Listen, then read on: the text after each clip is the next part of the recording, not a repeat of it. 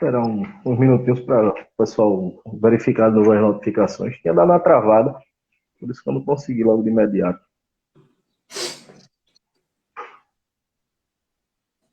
Umas pessoas voltando aí. Uhum.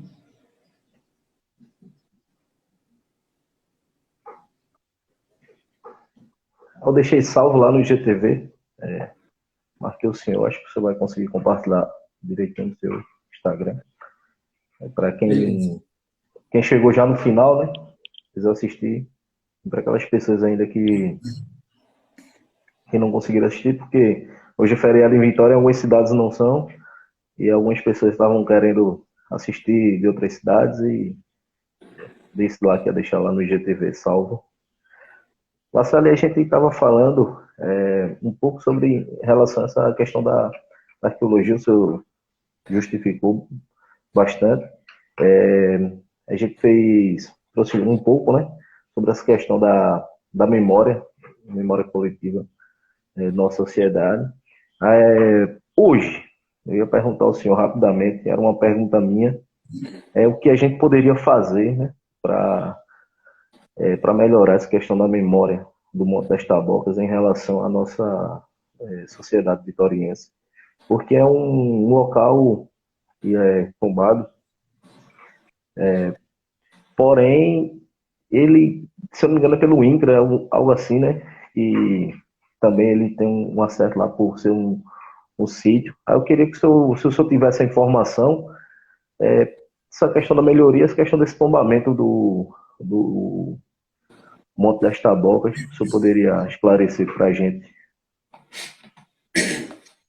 Não, o tombamento do Monte das Tabocas, ele é estadual. Estadual, né? É isso mesmo, era alguma coisa assim que eu tinha visto. O decreto 11 de março de 86. É isso mesmo. Governo Mas, estadual. um decreto estadual. Mas também ele é passível de proteção pelo município, tá certo? Como é o nome do documento? A Carta Magna do município, a lei orgânica. A lei orgânica. Oi? A lei orgânica ela vem depois, não é isso? Ou ela é de 45? Rapaz, o que eu tô com ela aqui em mãos é de 90, viu? De 90, né? Pronto, é isso, Eu não, tô é com isso aqui mesmo, ela é de depois 90 da em do mãos. Estado. É isso mesmo. Estava até dando uma olhadinha aqui. Mas o decreto ele é um sítio histórico estadual, ok? Já houve uma visita do professor Marcos Albuquerque, arqueólogo lá da Universidade Federal de Pernambuco, que o registrou como sítio arqueológico lá pela Federal. No entanto, eu não sei, eu procurei já no registro, no Cadastro Nacional de Sítios Arqueológicos, do IFAM, e não o vi. Para ser sincero, quando eu procurei, eu só vi dois sítios arqueológicos registrados nesse cadastro aqui no território de Vitória. Os dois feitos pelo mesmo pesquisador, Marcos Albuquerque, mas que não tem indicação de nome, de nada. Só diz sítio, número tal. Ou seja, tem que entrar solicitando, se quiser saber mesmo, tem que entrar solicitando com o IFAM informações. Mas, talvez, de quando ele fez esse cadastro para cá, tenha mudado um pouco esse cenário, porque eu não procurei recentemente. Eu procurei estes dados alguns anos atrás, uns 3 anos, 4 anos atrás. Talvez tenha mudado recentemente por causa dos trabalhos de obras e de grandes empreendimentos, nos quais a pesquisa arqueológica também faz parte, no licenciamento ambiental. E é possível que, por causa desses trabalhos privados, né, é um trabalho acadêmico, mas de contrato, que é a chamada arqueologia de contrato, ah, ela é possível que empreendimentos que tenham passado aqui no território de Vitória, com uma linha de transmissão, por exemplo, possa ter gerado novos dados no Cadastro Nacional de Sítios Arqueológicos. Esse sítio arqueológico. O Pedro, ele tem uma dúvida aqui, né? Que ele perguntou sobre a batalha, se só ocorreu no dia 3. No dia Só, 3 só. Foi uma batalha de segundo, algumas horas. de algumas horas, onde os holandeses aproveitam, né, a noite, Aham. entardecer, para poder sair com mais segurança. Olha, se não me falha a memória, porque eu li, não estou lembrando, eu vou até cometer um pecado agora. Acredito que tenha sido uma média de 8 horas de embate. Nessas idas e vindas, explosões de arma de fogo. Eu estou dizendo assim, idas e vindas, explosões, porque foi como a gente estava vendo um pouco de acordo com os cronistas. Os holandeses chegaram, tiveram primeiro que atravessar o rio. Então, já, enquanto tentava-se, alguns lusos brasileiros do outro lado já, uma primeira linha de defesa, já abria fogo. Então, nessas idas e vindas que eu falo dessa forma. Né? É bem por aí, mas foi um dia só. Agora, é claro, a insurreição pernambucana durou vários meses, mas a Batalha das Tabocas em um dia só. E tem esse caráter porque foi nesse momento, houveram outros embates entre lusos brasileiros e holandeses antes das Tabocas, enquanto havia essa fuga de Vieira, mas eram momentos de conflito esporádicos.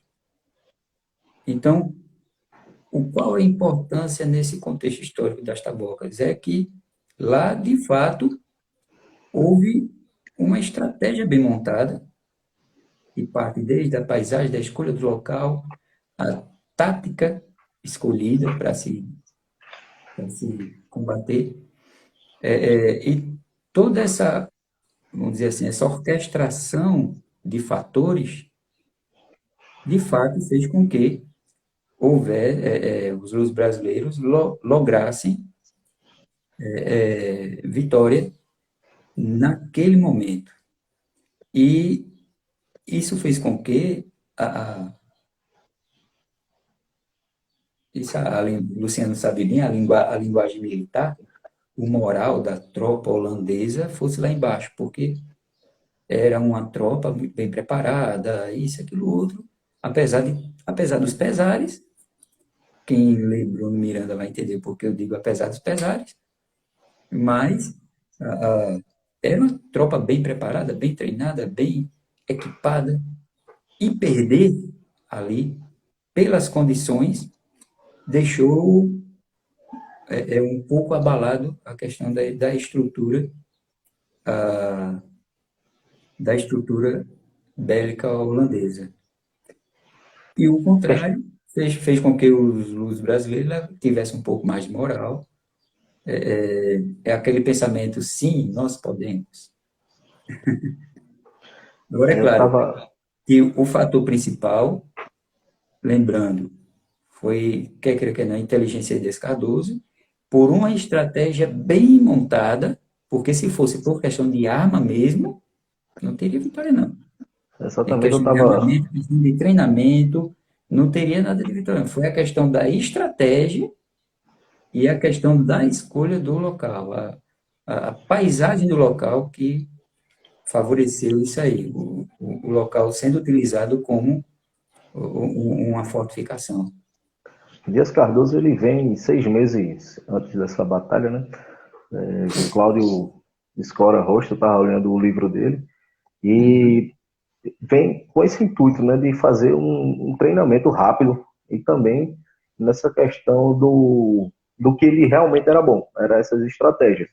E pelo que eu li aqui, ele antes, né, da batalha, ele vai no campo mesmo, antes da chegada dos holandeses, fazer atribuição àquela área de Tabocais, se apropriar dali. Por quê? Por conta daquelas batalhas Sim, sim.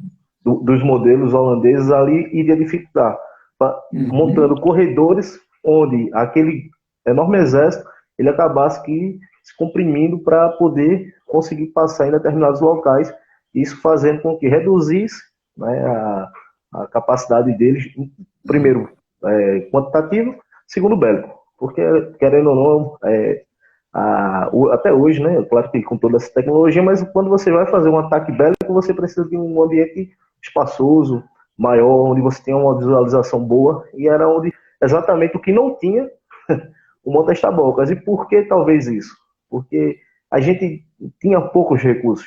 Alguns dados dizem que 200 a 250 armamentos apenas de fogo, o restante era mais arma branca. Então, contra praticamente quase todo o exército holandês armado. Então, isso, para a gente, foi total fundamental. Quando eu digo para a gente, que eu digo o Vitor, os patriotas. Então, os patriotas, eles acabam tendo essa linha montada para comprimir o exército holandês. Uhum. É o militar falando. Tá vendo? É isso mesmo, essa foi a ideia. Por isso que eu estava frisando. Os fatores em si, se a gente fosse olhar essas questões de treinamento, equipamento e por aí, não teria vitória, não. Os fatores principais foi uma estratégia bem montada, esse partiu da cabeça de Dias Cardoso, e da escolha do local. Por isso a importância. Agora, o que é que eu, qual é a tese que eu defendo hoje? Que o que é de patrimônio preservado hoje em relação a isso é muito pouco diante de todo esse cenário paisagístico que deveria, de fato, ser preservado. Então, para mim, deveria ser muito mais englobando a parte do rio ali na Campina, passando para o outro lado, porque entender o momento do embate, ter apenas o topo do monte, é muito pouco para explicar. Por que eu estou dizendo isso? Porque no futuro, não muito distante, possivelmente aquilo ali um dia vai ser urbanizado ao redor dele. Pode ser. A gente vê lá em Guararapes. Em Guararapes, eu sou de uma ideia de que tem um espaço lá que é o Córrego da Batalha, tem um espaço entre uma parte do monte com o outro monte, se não me engano, o Doitizeiro com o da Capela, que é todo povoado. Então, os maiores embates nesta configuração de terreno, nestas áreas de vertente e na parte baixa, porque o objetivo era segurar ao máximo a parte do topo para que não chegassem, então, os embates maiores eram na parte baixa Embaixo. e na vertente. Então, ah, hoje é tudo urbanizado lá. Um dia, o contexto arqueológico ali já era. A gente ainda tem essa oportunidade no Monte das Tabocas de preservar essa paisagem cultural. Veja que já é o termo cultural se atrelando a um termo geográfico, que é o termo de paisagem, que é o uso da paisagem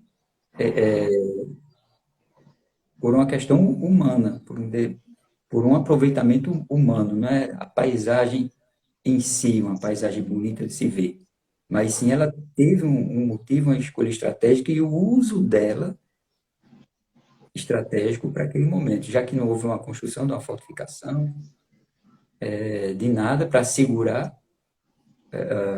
o lado inimigo, vamos dizer assim, mas o rio serviu, a vertente do morro serviu como segurar, a barreira de Tabocal também serviu, então o próprio ambiente foi um fator definidor de vitória no, no, hoje no Monte Tabocas, que foi no Monte Tabocas.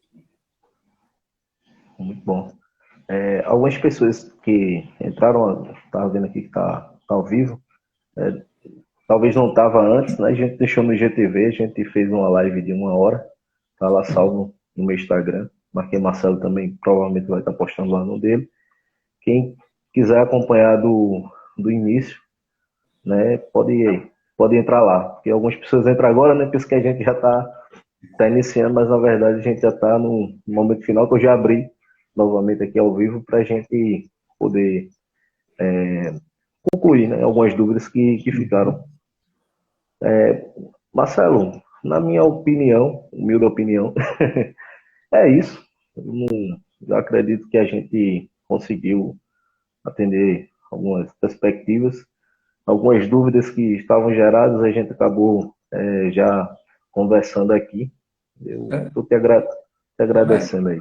mas me veio à mente agora, você fez a pergunta também no sentido do que fazer, né, para a preservação dessa Do que memória. fazer. Foi. Olha, não, não se tem preservação de memória que não passe pelo fator educação, certo?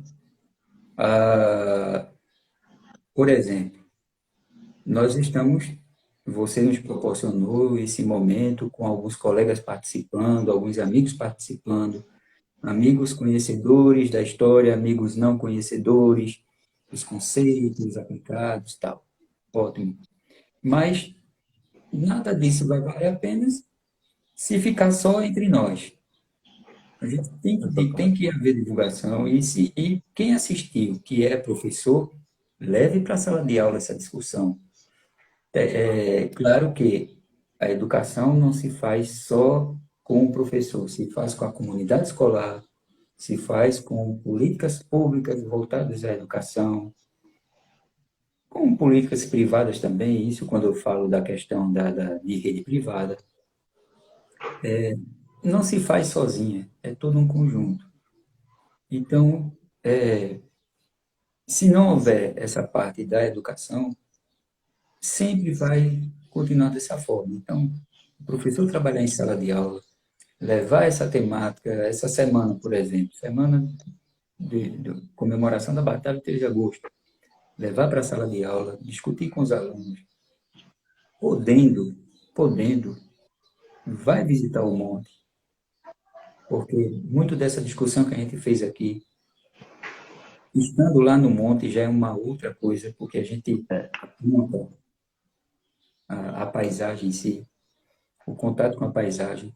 Claro que pode haver uma interdisciplinaridade, multidisciplinaridade, a utilização de vários conceitos de outras disciplinas, como a gente está fazendo aqui da paisagem, com história, com a memória, com a identidade, várias disciplinas na escola, como geografia, história, biologia, pode aproveitar essa ida ao monte para cada um trabalhar os seus conceitos. Então, se não houver isso, não tem a manutenção dessa memória, não tem como preservá-la. E toda sociedade tem que ter uma memória. Só para citar como exemplo, outro dia, mais ou menos uns 2 meses, o Egito, eu sei que comparar a sociedade brasileira pós-europeia, pós-vinda do europeu, com a egípcia, que é milenar, posso até estar, por favor, não estou fazendo, mas o que eu quero dizer é o seguinte: o Egito, há alguns meses atrás, construiu um novo museu lá no Cairo, então retirou 20 e poucas múmias de realezas faraônicas para levar de um museu para o outro. Algumas centenas de metros entre um museu e outro. O governo egípcio, tudo bem, novamente aquele discurso que a gente estava falando, aquele comentário, o uso da memória em relação do poder, tudo bem. Mas o povo egípcio é uma sociedade que tem uma preservação, que tem uma identidade com a sua história fantástica. Não sei se vocês viram, se vocês colocarem na internet, vão encontrar o desfile dourado, um negócio assim. Quem viu pode ter se emocionado como eu me emocionei. Eu achei fantástico. Depois de praticamente 3.000 anos, aquelas múmias reais, tendo na sociedade atual um simples trasladar de um museu para o outro as suas múmias sendo transportadas com toda a pompa, respeito e identidade à memória que estas múmias representam a formação daquela sociedade. Entende? Então, Entendi. diferente da nossa. Por exemplo, aí, claro, como eu estou dizendo, não é uma comparação ou outra, mas a gente tem que começar a colocar o dedo na ferida. Antes do europeu, o Brasil não tem só 500 anos de história, que é o contato com o europeu. As pesquisas arqueológicas já remontam indivíduos sapiens aqui no Brasil, em território que hoje a gente chama de Brasil, há pelo menos mais de 60 mil anos. Isso que eu não estou querendo dizer Exatamente. 100 mil anos, não. Os dados já estão por aí, mas mais de 60 mil anos, seguramente. Aqui no Nordeste do Brasil, a Serra da Capivara trazem esses dados arqueológicos à tona. A própria sociedade indígena brasileira, antes do contato europeu, que os povos indígenas, os povos nativos, era uma mega população aqui em terras brasileiras. Qual é a memória que o povo brasileiro tem dessa população? A memória que foi construída dessa população, que são os nossos ancestrais. Claro que a nossa sociedade tem a miscigenação de negro, europeu, índio, ótimo. Mas a memória construída, qual é a que pesa mais? Em contrapartida, hoje, por exemplo, a sociedade nativa, a sociedade indígena hoje, sofre maus bocados para continuar garantindo aquilo que foi garantido na Constituição de 1988.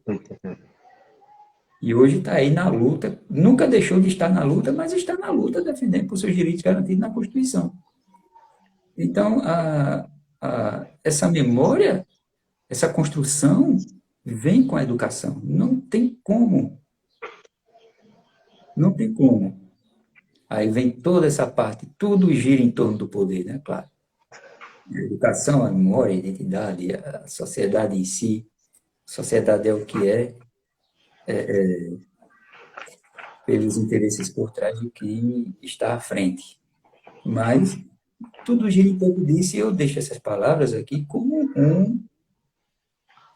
uma, como é que eu posso dizer? Uma chamuscada, uma saculejada. Como é que o nosso colega Aurélio diria? Uma provocação. Uma provocação. Aurélio Uma Brito. provocação, certo?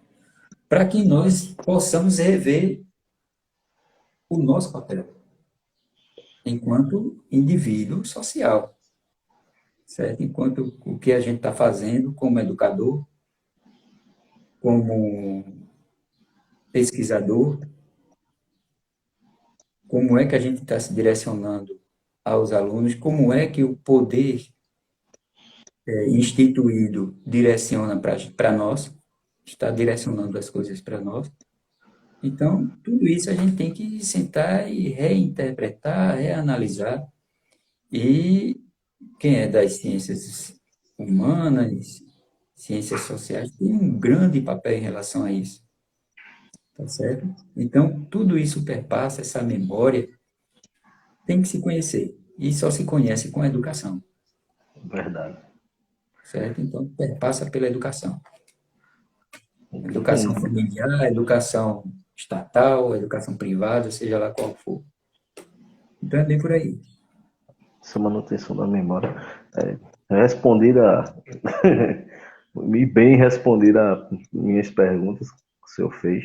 Eu vou deixar salvo, Marcelo, esse restante aqui da live que a gente fez também, para o pessoal aí também poder acompanhar. Uma contribuição muito Certo. boa. Eu só tenho a agradecer a lembrança do convite, tá certo? E isso, um pouco do que você faz com o seu canal, é um pouco dessa provocação do que nós estávamos falando agora. E ter, por exemplo, apoio, qual é o apoio que você tem? Exatamente. E nisso também entra apoio financeiro.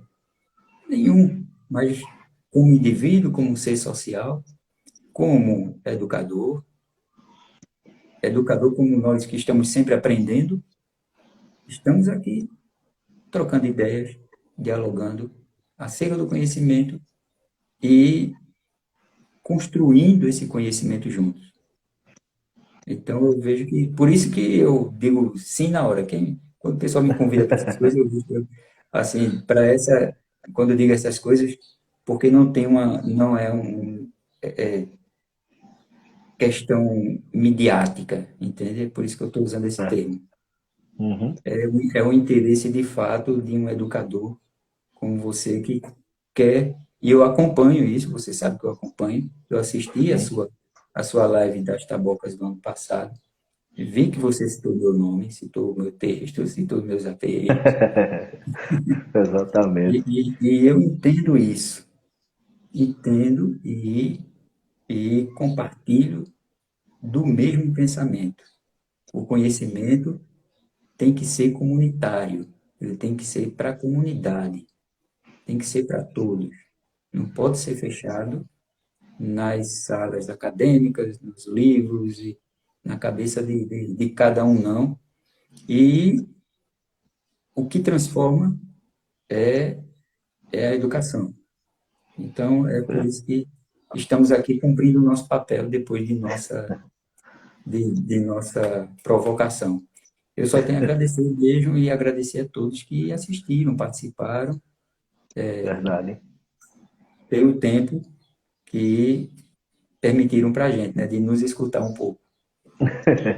Verdade. Eu só agradeço também, Marcelo, esse convite, o apoio que o senhor sempre me deu, né, em relação a isso, às pesquisas, aulas e etc.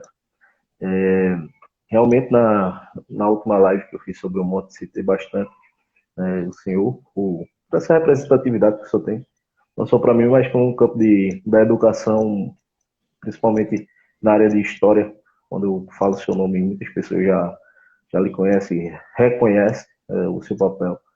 Então, eu só tenho a te agradecer essa oportunidade. Agora, deu uma reduzida a quantidade de pessoas, mas no momento que a gente fez a live, aquela 1 hora, a gente teve bastante visualizações, interatividade, pessoas acadêmicas, não acadêmicas, porém que compactua dessa memória e gostam, né, desse conhecimento. Então, só tenho que agradecer, a colaborar. Isso queria trazer o senhor, porque gosto bastante desse conteúdo e também queria aprender. Foi que nem o pessoal que estava assistindo aí, só fiz eu aprender mais ainda com o senhor. E te agradeço. A gente passou agora mais 30 minutinhos, vou deixar salvo. Beleza. Carla, parabéns pelo momento da partilha de todo conhecimento. Obrigado também por acompanhar tudo isso aí. Agradeço a você, a todos. Marcelo, obrigado. Vou dando um tchauzinho por aqui e até a Valeu. próxima. Valeu. Um abraço a todo mundo. Tchau, Abraço. tchau. Tchau.